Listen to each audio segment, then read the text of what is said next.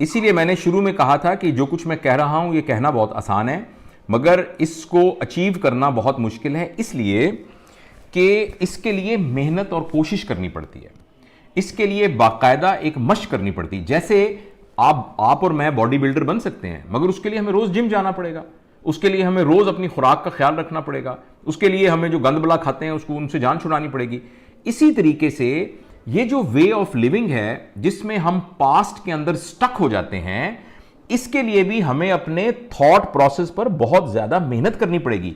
लेकिन अगर आप ये कहें कि इसमें से कैसे निकलें, देखिए एक लॉजिकल बात है कि पिछली सर्दियों में बहुत ज्यादा ठंड थी, इसलिए हमने घर में हीटर जलाया हुआ था।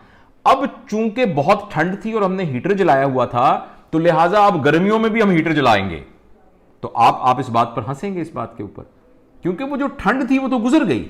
इसी तरह से कोई तजुर्बा जितना भी खौफनाक था, वो तजुर्बा हमारी जिंदगी में जितना भी डिटरमेंटल था और उसकी वजह से हमारी जिंदगी में जो भी इंफ्लुएंस आया, तो एक्सरसाइज और समझने की बात यह है कि वो तो गुजर गया, वो तो अब एग्जिस्ट नहीं करता।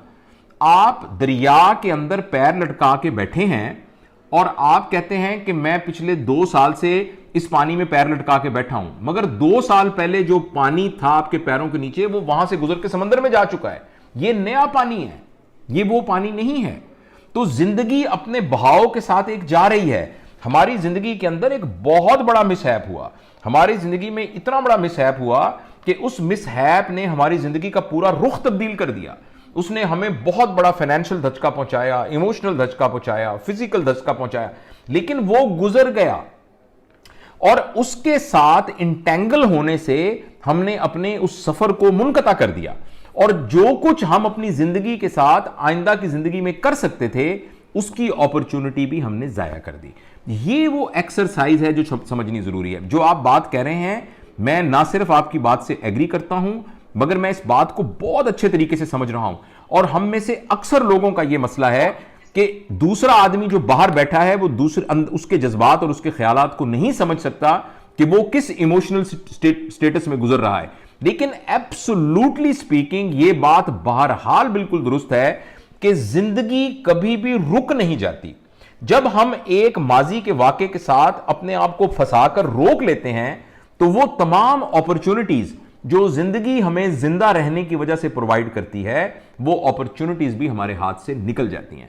लिहाजा हम में से अगर किसी को इस तरह, मैं बात खत्म कर लूं, हम में से अगर किसी के साथ इस तरह का कोई खौफनाक तजुर्बा हुआ है, तो उसको खामोशी से बैठ के, मुराकबे में बैठ के अपने आप को यह समझाना है कि ये देखिए, जैसे फॉर एग्जाम्पल एक शख्स की हादसे में बाजू कट गया, जाहिर है ये बहुत दुख की बात है। एक आदमी का बायां बाजू कट गया है, अब वो एक हाथ है। अच्छा, अब इसमें तो कोई शक नहीं है कि ये बहुत बड़ा उसको नुकसान हो चुका है, लेकिन इसमें जो पॉजिटिव एटीट्यूड है वो ये है कि मेरा एक बाजू कट गया, अब मेरे पास ये बाजू नहीं है, अब मेरे पास सिर्फ एक बाजू है। मैं इस एक बाजू से कैसे अब अपनी जिंदगी के बारे में आइंदा प्लान करूंगा। ऑब्वियसली आपकी प्लानिंग के अंदर लिमिटेशन होगी, आपको कुछ चीजों को कंप्रोमाइज करना पड़ेगा, कुछ चीजों को ऑल्टर करना पड़ेगा, लेकिन इस बात की बहुत ज्यादा स्टडीज के साथ यह बात प्रूव हो चुकी है कि बड़े बड़े हादसात के बाद भी जब लोगों ने अपने आप को पॉजिटिवली उसमें एडजस्ट कर लिया, तो उनके एडजस्ट करने के बाद उनका जो इनर हैप्पीनेस का लेवल था, वो उस हैंडीकैप के बावजूद भी वो अचीव हो गया जो कि उस हैंडीकैप से पहले था। तो इस सिलसिले में मैं ये कहना चाहूंगा